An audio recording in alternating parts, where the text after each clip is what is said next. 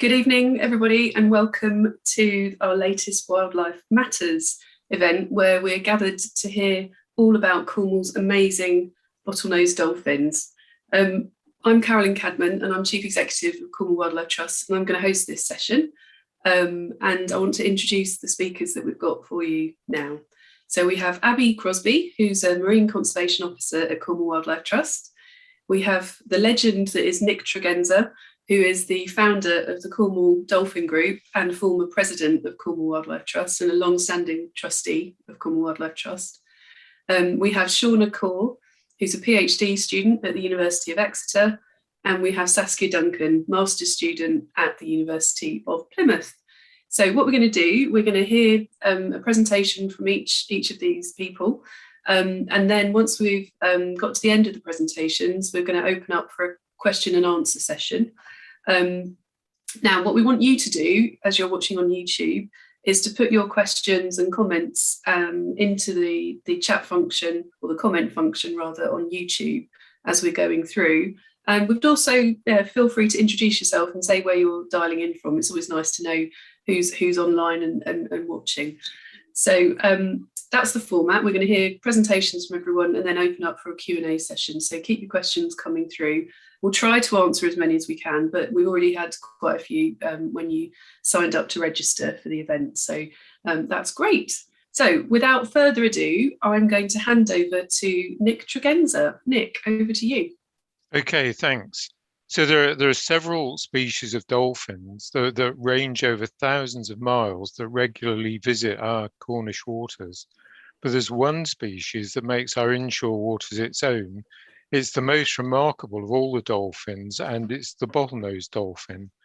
The Wildlife Trust researchers have shown that the original local group of bottlenoses was wiped out in the middle of the last century by the extensive use of agricultural pesticides. Globally, we're actually a rare example of a coastline being recolonized by bottlenoses. This happened in September 1991, and they're still here, and we're so lucky that we've got them. Many animals can recognize other of their species by the sound of their voices, but each individual of these dolphins has its own name that it says repeatedly in the form of a distinctive whistle. And other dolphins in its group can actually call its name, and they communicate using different whistles and sounds that rather resemble blowing a raspberry, but these actually have distinctive features, these raspberries, that we cannot hear. We don't at present know of any land animal at all that has real names apart from ourselves, and it fits with the extraordinarily clever hunting strategies that this species, the bottlenose dolphin, has also developed. The original population here in the southwest had developed a way of using Hoo Lake on the Tamar near Devonport as a fish trap, but that knowledge was lost when they were driven to extinction. And the new group that we have now have not yet hit on this method of hunting. So that demonstrates they have culture, transmitted knowledge from generation to generation. Actually, any of us, anyone who's lucky enough to encounter these dolphins at sea, quickly senses their intelligence and their playfulness. You can feel when they're interested, excited, or getting bored, and it's very hard not to feel engaged with them. 2,000 years ago, a Roman writer, Pliny, described one of these dolphins that carried a small schoolboy on its back across an inlet that was on his walk to school. I mean, how cool is that? He loved it, but he fell ill. When he recovered and went back to school, he found his dolphin dead, stranded on the beach, where it had waited for him every day. Here in the late 70s, we often saw a bottlenose dolphin called Beaky, who was evidently lonely and separated from his group. On one occasion, it gave a lady who was swimming near Coverack a free ride in a big circle around the bay, carrying her sideways on its back with her head above the water. The dolphin researcher was there in a boat, specifically to see this dolphin. And as the pair of them passed close to the boat, she looked up and said to the guy in the boat, "Is this usual behavior?" So I'm sure you share why we think bottlenoses deserve immense respect and care from us. And we look forward to the rest of this session on Cornwall's most extraordinary animal. Thanks. Brilliant, thank you, Nick. I've never heard that before. Great. Well, let's pass over now then to Abby Crosby, who's our Marine Conservation Officer at Cornwall Wildlife Trust. Over to you, Abby. Oh, thank you, Carolyn, and thank you, Nick, for such an engaging introduction, fantastic introduction, fitting for, in my view, probably the most iconic species of our county. You know, an animal that we so closely link with our seafaring history and our ongoing link with the ocean today. But like so many marine species, however, our knowledge on bottlenose has been poor, and our understanding of them and what they need has been poorer still. But, and I'm not self-conscious to say this, Cornwall Wildlife Trust, thanks to founders like Nick Tregenza and people like Stella Turk and other inspirational people like Jan and Jeff Loveridge along the way, we now lead an incredible portfolio of projects and conservation initiatives for bottlenose dolphins alongside other cetaceans. And I just wanted to cover those this evening. So of course we start, very importantly, by collecting data which will better our understanding and inform our conservation action.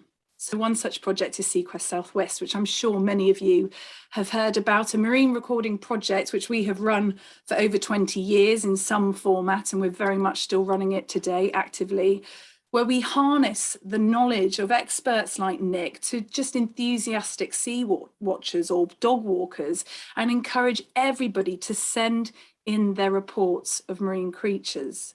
These ad hoc records are incredibly valuable, and together with more detailed data that we collect through trained volunteers who do effort-based sea surveys, we can understand better the species around our coastline, like bottlenose dolphin. We can look at their population sizes. We can look at their seasonal distributions. We can look at their feeding and their breeding habitats. So really, really important stuff. And Seaquest has been instrumental in gathering data needed for the further bottlenose research that Shauna and Saskia are mentioning this evening next. The Trust also depends very heavily on strandings of marine wildlife, such as bottlenose that wash ashore. And we record that through our, again, very well recognised and respected Marine Strandings Network, or MSN, as we abbreviate it to. Now, our MSN volunteers, again, highly trained people, local people around this county, record the carcasses of dead animals, and where appropriate, we do retrieve them for post-mortem examination. This work is done on behalf of our partners, the Institute of Zoology, under a DEFRA-funded national scheme called the UK Cetacean Strandings Investigation Programme, or CSIP. Now, records of dead dolphins provide us with a really important source of information about the status, the health of these species around our coastline. The post-mortem examinations, in turn, yields vital information about the cause of death, and also provides information about their biology and ecology, and ultimately the population health. And as I say repeatedly in any press I have to do about MSN, from a very sad event comes an invaluable opportunity for us to study these elusive creatures. And as a result of this research, we now know bottlenose dolphins face major threats which I know Saskia will touch upon later this evening. But to tackle those threats, Cornwall Wildlife Trust also coordinates a series of projects which work on solutions. So for instance, we coordinate the Cornwall Marine and Coastal Code Group, which aims to tackle disturbance of our marine and coastal wildlife. It aims to minimise the effect on that wildlife from the encounters of people. So it's making your marine and coastal encounter great for wildlife, as well as for you. Catchy Catchy line there. We also work towards sustainable management of our fisheries, very important. So they are well managed to be both productive as well as environmentally sustainable. So with our Cornwall Good Seafood Guide, we enable people to make good seafood choices by highlighting the most sustainable options from Cornwall's fisheries. And when we work with the fishing industry and the buyers of seafood, we can ensure much more sustainable behaviours, which will lead in turn to healthier seas and less bycatch. And linked to bycatch, the accidental entanglement of these animals in fishing gear, Cornwall Wildlife Trust has undertaken significant research into sound devices called pingers, which mitigate the problem of bycatch and provide an effective and long-term way to prevent cetaceans getting caught in fishing nets in the future. So lots of fantastic solution partnership-based work. And to finish, in 2015, the Trust took our bottlenose specific work to the next level via its Bottlenose Dolphin appeal, which raised over £17,000 at the time. They were vital funds to enable further research, plus a public awareness campaign that gave us the evidence that we needed to lobby for better protection for these animals. One output of that appeal and that work was the Southwest Bottlenose Dolphin Consortium, a collaborative partnership coordinated today by Cornwall Wildlife Trust. The partnership in that consortium includes a range of conservation groups, universities, businesses, and even individuals who agree to share their data, share their expertise, so we can learn more about the local dolphins. And the Southwest Bottlenose Dolphin Consortium research, which you're going to hear about this evening, is asking the questions we needed to ask. It's giving us the vital information if we are to better protect our dolphins from the many threats that they face. So without further ado, I will pass you on to Shauna. Thank you. Thank you, Abby. Just share my screen.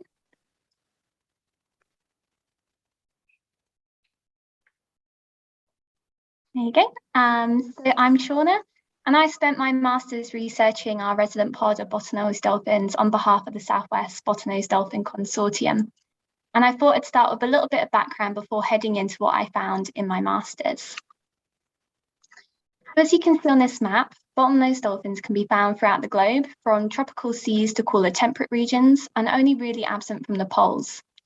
They can be found in offshore and coastal waters, occurring in a wide range of habitats from estuaries and bays to the vast open ocean.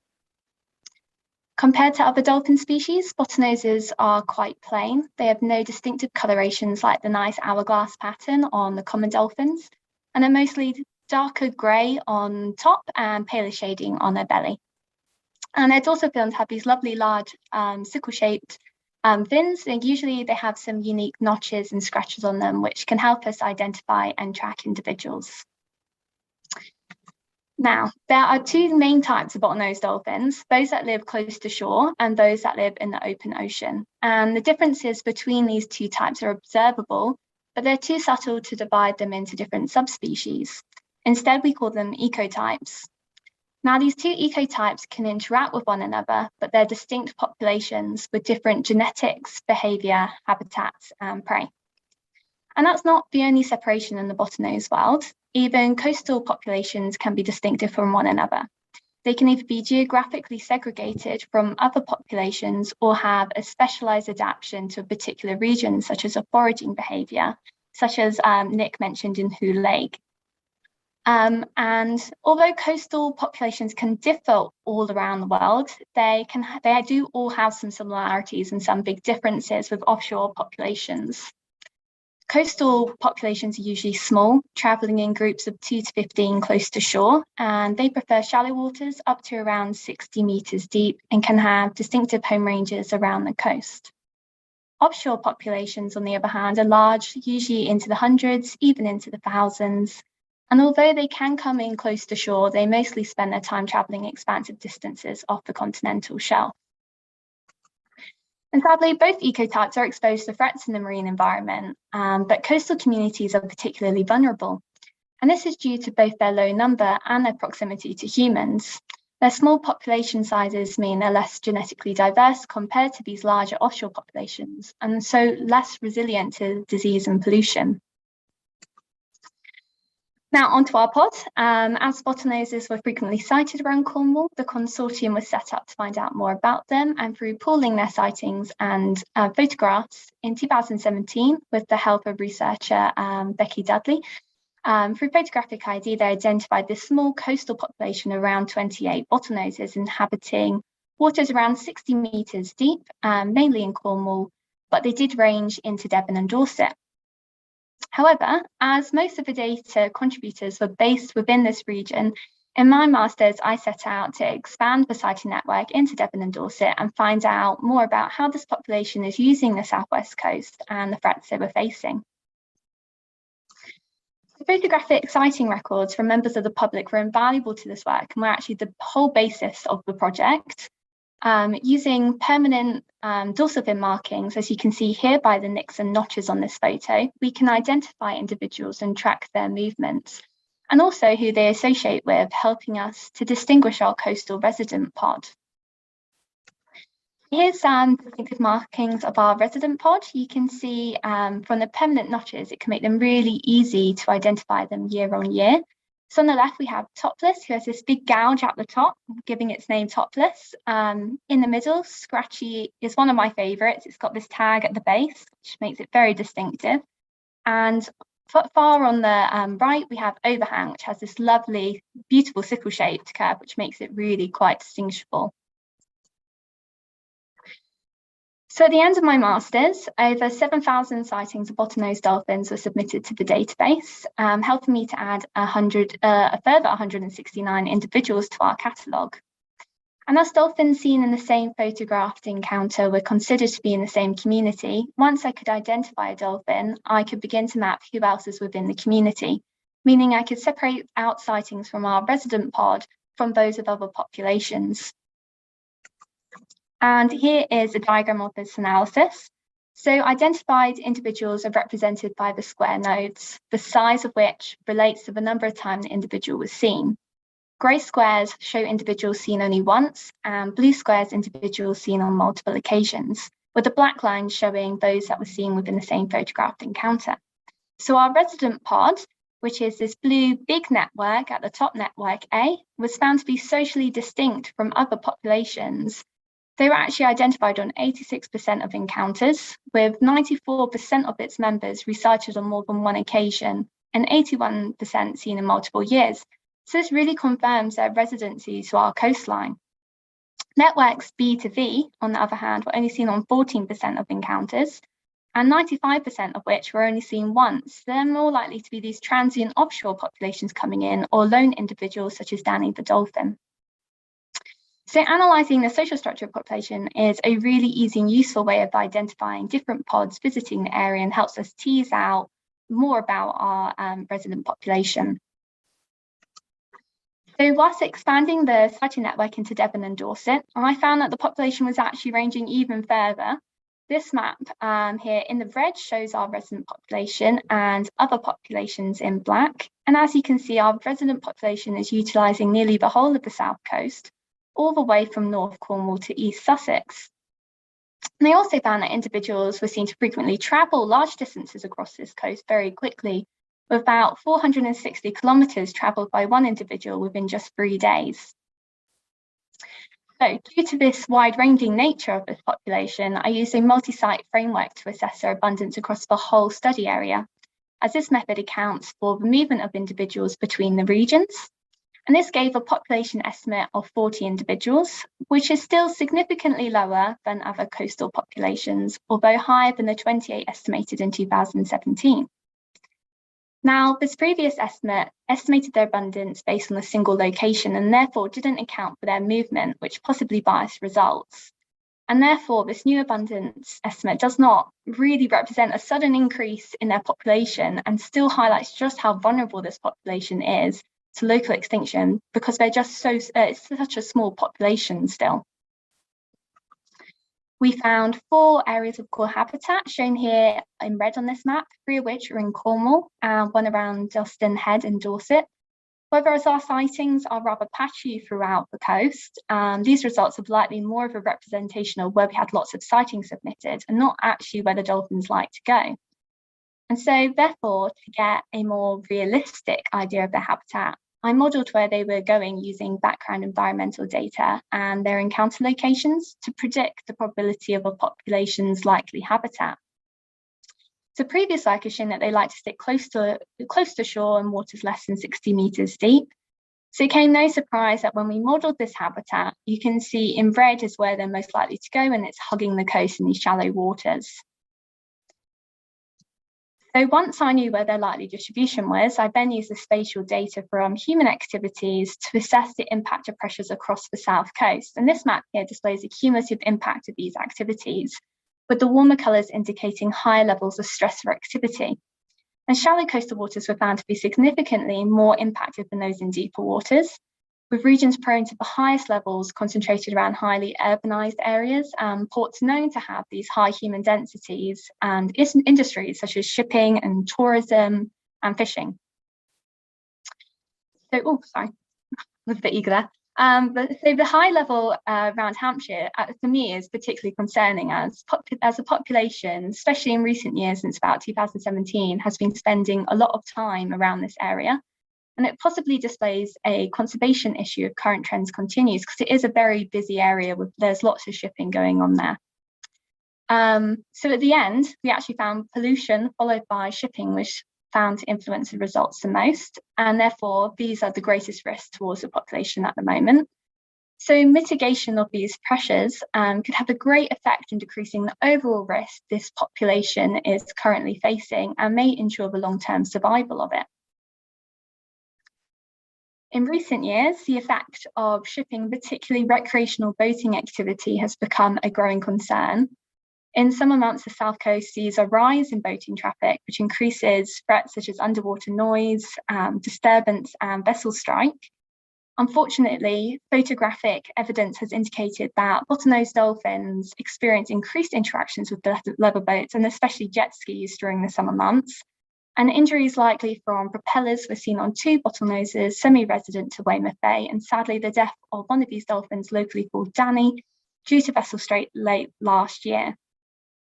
In 2013, the death of one of our own resident pod calves occurred in the Camel Estuary Padstow, which also was seen to be due to recreational vessels. So unfortunately, due to this small effective size of our population, the loss of this individual was significant, and it is a worry for the future. So if you are out on the coast, and if you want to help out with our project, please keep an eye out for our wildlife. And even if you don't manage to snap a photo of their dorsal fin, any sighting information is valuable to us. And if you do have any sighting information, past photos, or know of anyone who'd like to contribute to our ongoing work, they can get in touch with us through Facebook, or you can submit your sightings through the Cornwall Wildlife Trust website, which is a little snapshot here. And whilst I'm on that note, just a reminder that it is an illegal, whilst I do want everyone to look out for our resident pod, it is an illegal offence to deliberately disturb or harass a dolphin in its natural environment. You should always keep your distance and allow any encounter to be on the animal's terms. And if you do see a disturbance, report it. And the number is on the bottom of the screen right now. Now, I'm going to hand over to Saskia, who followed on this research last year with her own master's project, looking into how we can protect these dolphins. Thank you. Get that one up.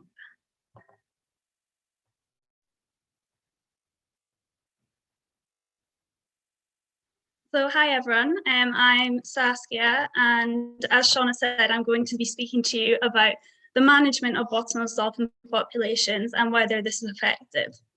So bottlenose dolphins are highly mobile marine mammals. As Shauna said, they're found all over the world, and we can separate them into 2 ecotypes, the coastal and the offshore. So coastal populations do tend to be more vulnerable than offshore because they do often become highly specialized to their local habitat. They're often also geographically separated from other coastal populations, and this, along with their small population size, reduces their genetic diversity, which limits their ability to adapt to any environmental changes. Increasingly, they're also under pressure from human threats in their coastal environment, And this is why we need to ensure that management is effective to make sure that these small coastal populations don't undergo local extinction events. So the social structure of bottlenose dolphin populations influences everything from their genetics to disease transmission and connections with other populations. So this is why it's important that we can distinguish between different populations. And we also need to look at the social structure in different populations because it changes with the environment. So it's not necessarily going to be the same in one population as in another population. This is, however, made more difficult because within the wider population, there can be overlapping social groups. It's often difficult to determine the causes of social divides, but it is known that it can be due to things such as habitat preference, resource partitioning, and specialized behaviors. So we need to understand all of this because these different populations and social groups are likely to react differently to human pressures and environmental changes. So bottlenose dolphins are protected under many different laws, but the two main ones which my research was focused around was the European Habitats Directive and the Marine Strategy Framework Directive. So under the Habitats Directive, bottlenose dolphins are listed under Annex 2 and Annex 4. And under Annex 2, special areas of conservation have to be designated around areas essential to life and reproduction. So these SACs form part of a network of protected areas in Europe. But as we've now left the EU, our SACs have been taken out and they've been put as part of a new national network of protected areas. There have, however, been questions over the effectiveness of SACs in protecting mobile dolphin populations for the last 2 decades. And currently our West Coast population has no SAC designated. So bottlenose dolphins are also indicator species under the Marine Strategy Framework Directive, and this aimed to achieve good environmental status by 2020. So coastal bottlenose dolphin populations are used as indicators of descriptors 1 and descriptors 4.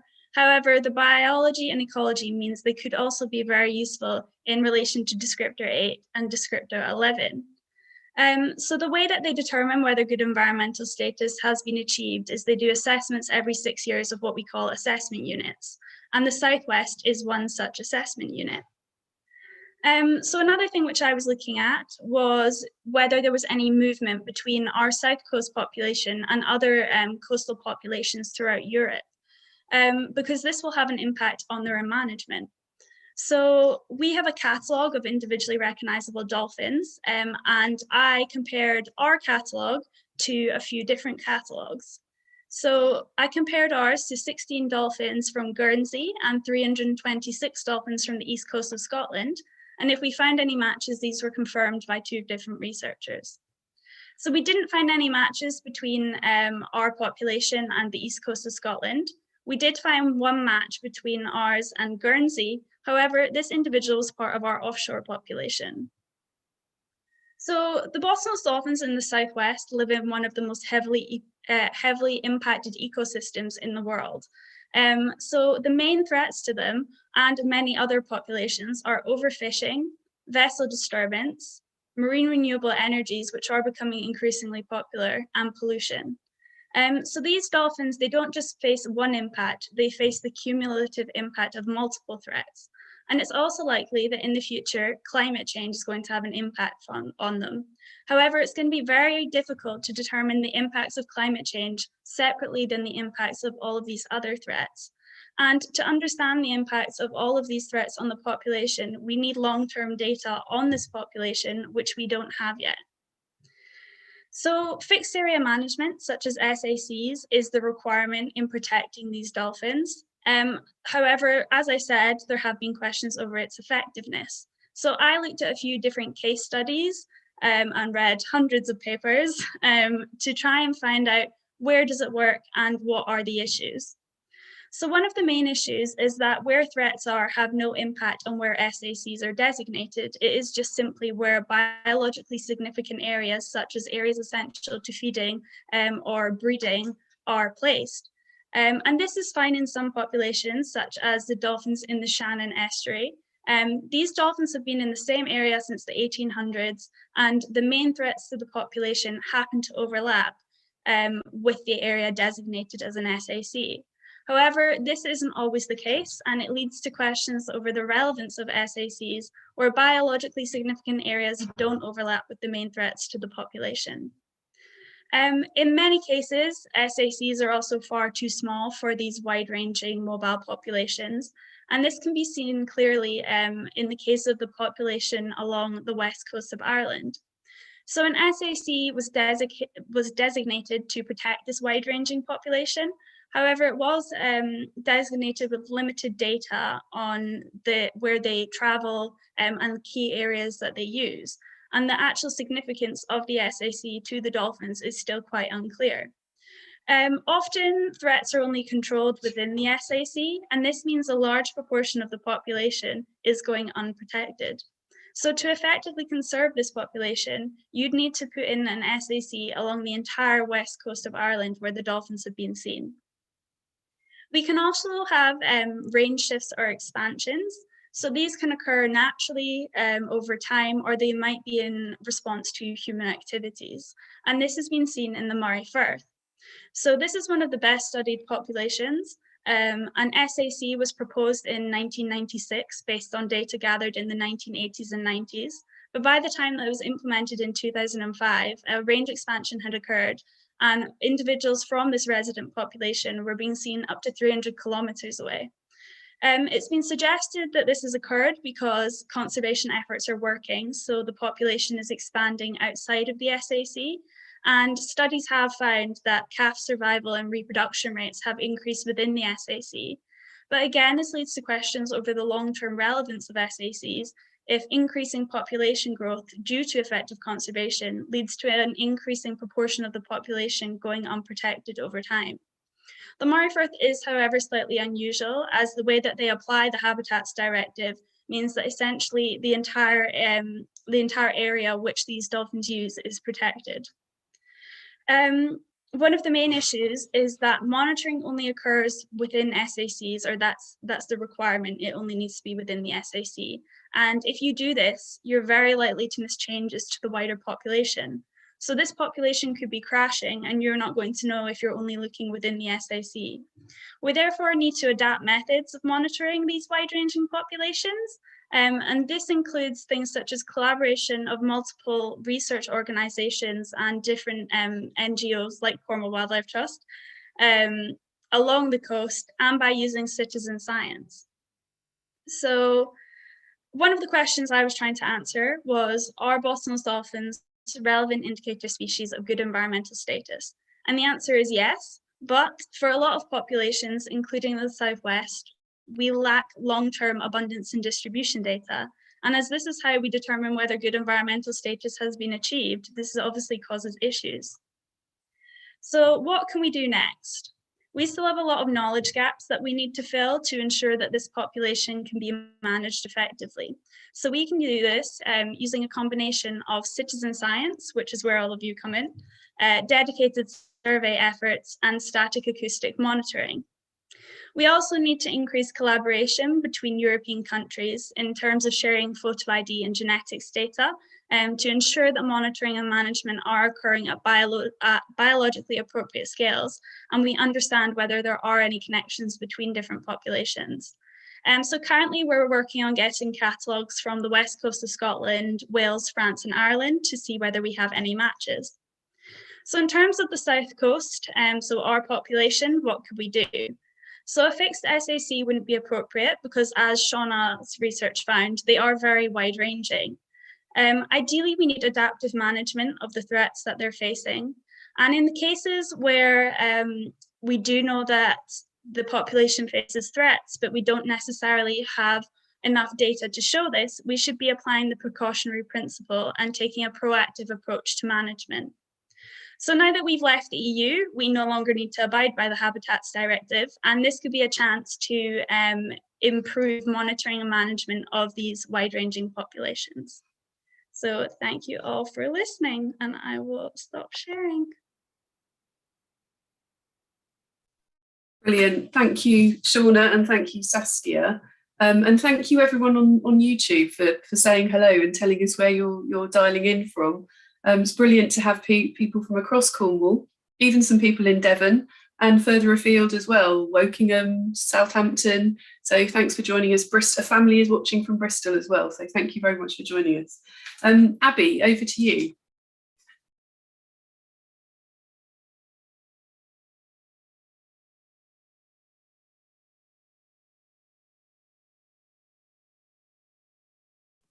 Apologies, my mute button disappeared once I started sharing my screen and put the presentation on full. Apologies. Yeah, no, and thank you to Shauna and Saskia for their invaluable research for the consortium. But important to finish here by saying you do not have to be a research scientist to help. We all of us watching this evening, have a duty of care towards these incredible creatures, and we all have to consider how our actions and the implications they can have on this really vulnerable species. You know, we need, I think Nick said it, you know, at the beginning, we need to improve the way we coexist. We have to consider how minor changes to our behaviour can have hugely major positive consequences to animals such as bottlenose dolphins, from what fish we choose to eat, what we flush down our toilet, to coastal development we support, and also, of course, backing campaigns, for instance, for appropriate marine protected areas. So this is how you can help, and I hope you've all got your pens and paper at the ready. That's quite old-fashioned, maybe just your phone. Join a public sea watch with Seaquest Southwest from some of our most spectacular vantage points. Even when you come down on holiday, join us, as your sighting records are vital evidence in consultation to protect our coastal areas. Or maybe if you live locally, become one of our volunteers, please. Report any of your sightings and photos of bottlenose dolphins to that website there, so you can be part of the research of Southwest Bottlenose Dolphin Consortium. Please, this is something you can all instantly have an impact on. Consider your actions when on or by the sea. Follow the Cornwall Marine and Coastal Code Group website guidelines. And I think our fantastic people and engagement team will be putting links in chats for people to grab this information later. If you do go out to sea, and you absolutely should, because our coast is superb, always use a WISE accredited boat tour operator. These are people that have undertaken training to understand the best way to behave around marine animals and so as not to disturb them. And we've got some great WISE accredited boat tour operators in this county, so please seek them out. Now, if you do see a dead dolphin or any other dead animal stranded around our Cornish coastline, please call our MSN hotline. That's 24 hours a day, all year round, even Christmas Day, on that number there. Save that in your phone. If, however, you see a live animal injured or in distress, please call our fantastic partners, British Divers Marine Life Rescue, BDMLR, on that number there, that hotline there. And if you do happen to see marine creatures being harassed or disturbed, you can call that number, the 0345 number, to, I sound like I'm on Strictly Come Dancing, to call the Cornwall Marine and Coastal Code Group, where we can record and log the information, take action if required, or use the information to focus our resources and effort in tackling the issue around our county. And we can all help our oceans by making well-informed decisions on choosing seafood. So check out the Cornwall Good Seafood Guide, download the app onto your phone to help guide you on sustainable Cornish seafood. The future of these iconic animals is in our hands. We need to make sure the few that we currently have in the Southwest waters are giving the protection to not just survive, we need them to thrive. And we have the ability to be effective champions for these bottlenose dolphins, and now they need our help more than ever. So thank you very much, everyone. Thank you, Abby. And I think now we're going to watch a video.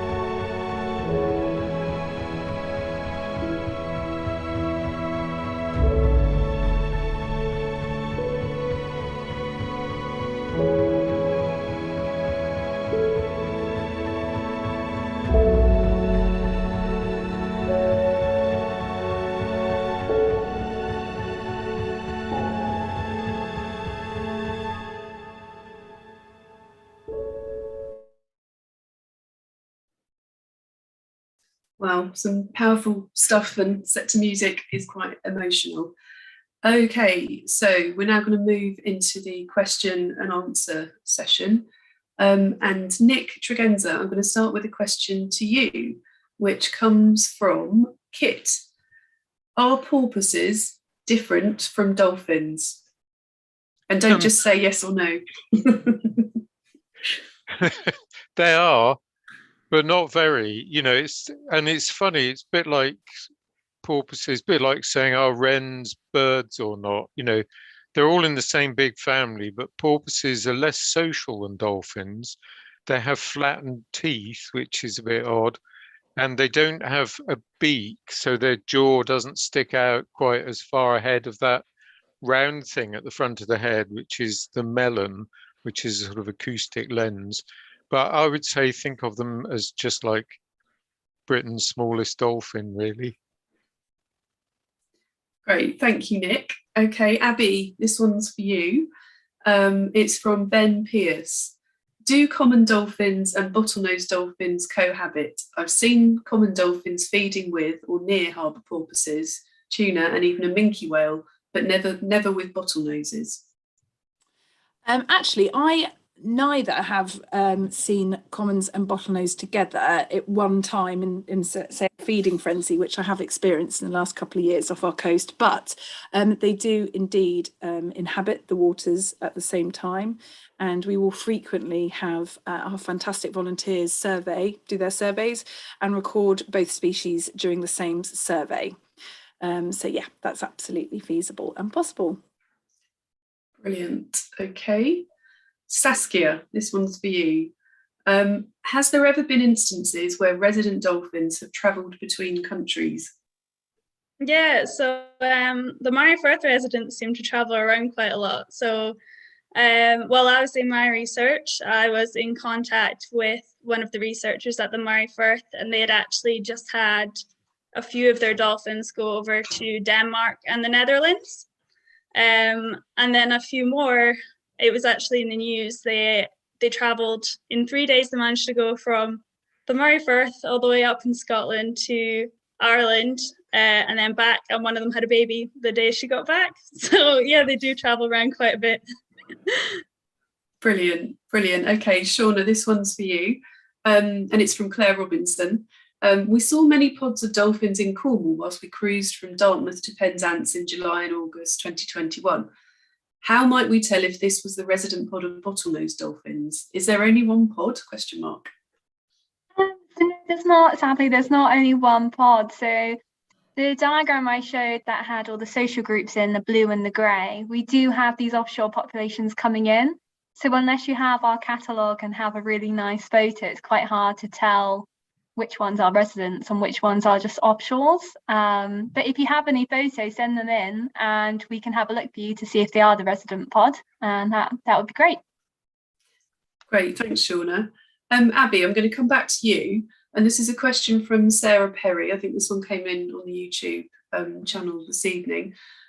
How do you deal with reports of disturbance or harassment? So if someone lets you know something's happening, what happens then? That's a really, really good question. So getting that information is vital, regardless of the ongoing action, because as I said before, we have limited resources with the Cornwall Marine and Coastal Code Group partnership. So we have to focus those limited resources in the problem areas and with the problem sectors. So even recording that information means that we can then map and get a better understanding of what's going on out there. However, if we do get reports of illegal activity, now remembering that some of these species like bottlenose dolphins are protected by law, and to intentionally disturb them is illegal, then and it's happening in real time, we do have the ability to alert the rest of the partnership, which includes people like Cornwall Police and MMO, the governing bodies like the MMO and Natural England. So we have the ability to rally the correct individuals to then potentially take action. An example of this was when a bottlenose dolphin calf was hit by a boat back in 2013 in Padstow Bay. It was hit by a tourist speedboat. The calf consequently died, which was such a tragic event for our population and for the individuals involved, which was horrendously sad, but it did stimulate significant action from the police, and as a result, a prosecution was made. So there's a whole array of action appropriate to whatever the event is which comes in. Yeah. And whichever the body is that has responsibility for yeah, absolutely. Yeah, okay. Okay, Nick, this one's for you. Are bottlenose dolphins afraid of orca? Yeah, it's an interesting question. That I actually don't know any evidence on those two species, but orcas come here in the summer, but seemingly to prey on basking sharks rather than dolphins. We have actually seen orca teeth marks on a dead common dolphin, so I think they probably would attack bottlenoses as well. And bottlenoses do attack porpoises. Yeah, it's not the best answer. It's as good as I can give. That's a great answer, Nick. Don't put yourself down. Right, let's go to the question from Chloe Lindsay. How do bottlenose dolphins react to different areas of water? And let's give Shauna and Saskia a chance to respond to this one. So Shauna, do you want to go first? So they use different areas different way. They have a sort of culture. So there's been in different bodies of water, like in Australia, they actually use their sponges on their nose to forage in the sand to protect their nose. And in Georgia, they follow shrimp trawlers. So it's just different areas of water. They really utilize that habitat in a different way. They can push their prey against the sea floor and trap it in, or lots of different ways they can use different areas. That's why there's so many different populations that are so separate, because they teach their young how to use this particular area in a particular way. So it's very hard when they're just ousted from an area then to learn a whole new way to forage. Saskia, if you want to add anything. Yeah, so I think Shauna pretty much covered it, but I mean, it can change also within, so you can get different, like Shauna was saying, the specialized behaviors, you can get them pretty close together with changes in the landscape. So they found along the Mediterranean different populations based on where like the underwater landscape split. So they seem to be specialized those different ones, and the same as in Florida. So some of them use mud ring feeding and they stay in more shallow waters, whereas others live in deeper water and use a different type of feeding. So yeah, it's kind of just based on what is passed down through their specific kind of group. Yeah. Brilliant.